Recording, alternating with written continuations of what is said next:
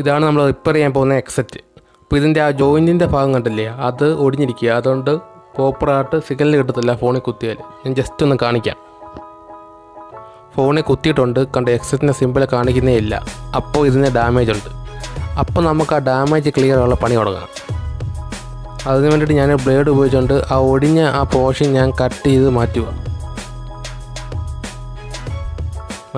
ശേഷം നമ്മൾ വയറിൻ്റെ ഔട്ടർ ലൈൻ കട്ട് ചെയ്ത് കളയുക. കാരണം നമുക്ക് ഇന്നർ ലൈൻ കിട്ടാൻ വേണ്ടിയിട്ടാണ് എടുത്തിട്ടുണ്ട്. ഇനി നമ്മൾ തീപ്പെട്ടിയോ ലാമ്പോ എന്തെങ്കിലും ഉപയോഗിച്ചുകൊണ്ട് അതിൻ്റെ കുറച്ച് ഭാഗം കത്തിക്കുക. കാരണം നമുക്ക് ഉള്ളിലെ കമ്പി കിട്ടാൻ വേണ്ടിയിട്ടാണ്. അപ്പോൾ ഇതുപോലെ കിട്ടും. എന്നിട്ട് നമ്മൾ ആ സോൾഡർ ചെയ്യാൻ ഉപയോഗിച്ചുകൊണ്ട് ജസ്റ്റ് ഒന്ന് തൂത്തിട്ട് കൊടുക്കുക. എങ്കിലേ നമുക്കിപ്പോൾ പെട്ടെന്ന് സോൾഡർ ചെയ്യുമ്പോഴേ അത് പെട്ടെന്ന് പിടിച്ചിരിക്കത്തുള്ളൂ, അല്ലെങ്കിൽ പാടായിരിക്കും. അപ്പോൾ ആയിട്ടുണ്ട്. ശേഷം ഉന്തിക്കുന്ന ഭാഗമൊക്കെ പ്ലെയറോ കത്തറി ഉപയോഗിച്ച് കട്ട് ചെയ്ത് കളയുക.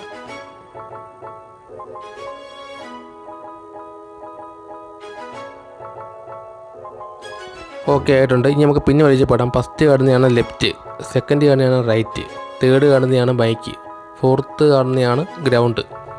ഈ ലെഫ്റ്റ് റൈറ്റ് നമ്മുടെ എക്സെറ്റിന് 2 വശങ്ങളാണ്. മൈക്കും ഗ്രൗണ്ടും അറ്റാച്ച്ഡ് ആണ്. ശേഷം നമ്മൾ ഈ പിന്ന് നമ്മൾ ഓപ്പൺ ചെയ്യുക. പിന്നിൻ്റെ മൂടി നമ്മളൊന്ന് കട്ട് ചെയ്ത് മാറ്റണം. കാരണം നമ്മൾ ഈ പിന്നിലാണ് നമ്മൾ സോൾഡർ ചെയ്യാൻ പോകുന്നത്. അപ്പോൾ ഇച്ചിരി കട്ടിയാണ്. അപ്പോൾ കട്ട് ചെയ്യുമ്പോൾ സൂക്ഷിക്കണം, മൂപ്പിൽ വൈദ്യുതി കൈ വന്ന് പൂളാൻ ചാൻസ് കൂടില്ല. അപ്പോൾ അതൊന്ന് സൂക്ഷിക്കുക. കാരണം ഈ റബ്ബർ കോട്ടിങ് ഈ ഹീറ്റ് ചെയ്തിട്ടാണ് അവർ ചേർക്കുന്നത്. അതുകൊണ്ട് സെറ്റായിട്ടിരിക്കും. അതുകൊണ്ട് പക്ക കട്ടിയായിരിക്കും.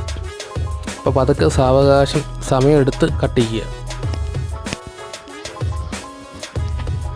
ഇതിൻ്റെ മൂടി ഇളക്കുമ്പോൾ മെയിനായിട്ട് സൂക്ഷിക്കേണ്ട ഒരു കാര്യം എന്ന് വെച്ചാൽ ഇതിലെ വയറുകളൊന്നും പറഞ്ഞു പോകാൻ പാടില്ല. കാരണം വയറുകൾ പറഞ്ഞു പോയി കഴിഞ്ഞാൽ ഇതിലെ സോൾഡറിങ് പോയിൻ്റോട് ഇളകിപ്പോവും. പിന്നെ നമുക്ക് അവിടെ സോൾഡർ ചെയ്ത് വെക്കാൻ ഒക്കത്തില്ല.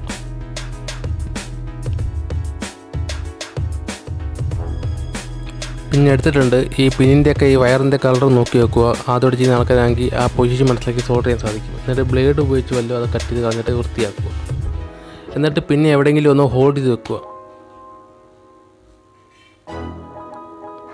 എന്നിട്ട് നമുക്ക് സോൾഡറിങ് സ്റ്റാർട്ട് ചെയ്യാം. ഞാൻ ഫസ്റ്റ് സോൾഡർ ചെയ്യുന്നത് ഗ്രൗണ്ടിൻ്റെ പൊസിഷനാണ്. സെക്കൻഡ് വയർ മൈക്കിൻ്റെ, തേർഡ് വയർ റൈറ്റ് സൈഡിൻ്റെ,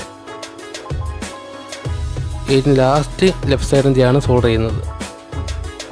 ഇനി ഈ വയറിൻ്റെയൊക്കെ ലെഫ്റ്റ് റൈറ്റ് ഒക്കെ മനസ്സിലാവാത്തവരുണ്ടെങ്കിൽ ഇത്രയും ചെയ്താൽ മതി. പിന്നെ ഇളക്കുന്ന സമയത്ത് ആ പിന്നിൻ്റെ ഓരോ പൊസിഷനിൽ ഏതൊക്കെ കളറിലുള്ള വയറുകൾ ഔട്ടിരിക്കുന്നത് ജസ്റ്റ് നോട്ട് ചെയ്ത് കഴിഞ്ഞാൽ നിങ്ങൾക്ക് സിമ്പിളായിട്ട് ഈ സോൾഡർ ചെയ്യാൻ സാധിക്കും.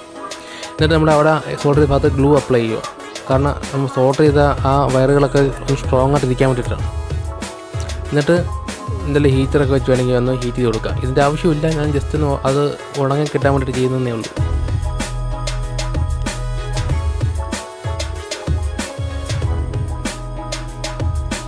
ഓക്കെ ആയിട്ടുണ്ട് സോൾഡറിങ്.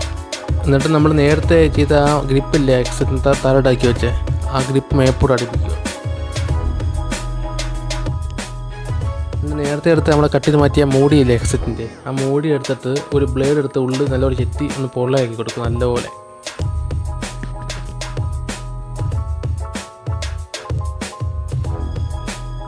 എന്നിട്ട് അത് ഇതിലേക്കൊന്ന് കയറ്റിയിട്ട് കഴിഞ്ഞാൽ മറ്റേ സോൾഡറിങ്ങിന് മറ്റ് ഡാമേജുകളൊന്നും സംഭവിക്കത്തില്ല. ഒരു വൃത്തിയും വരും കാണാം.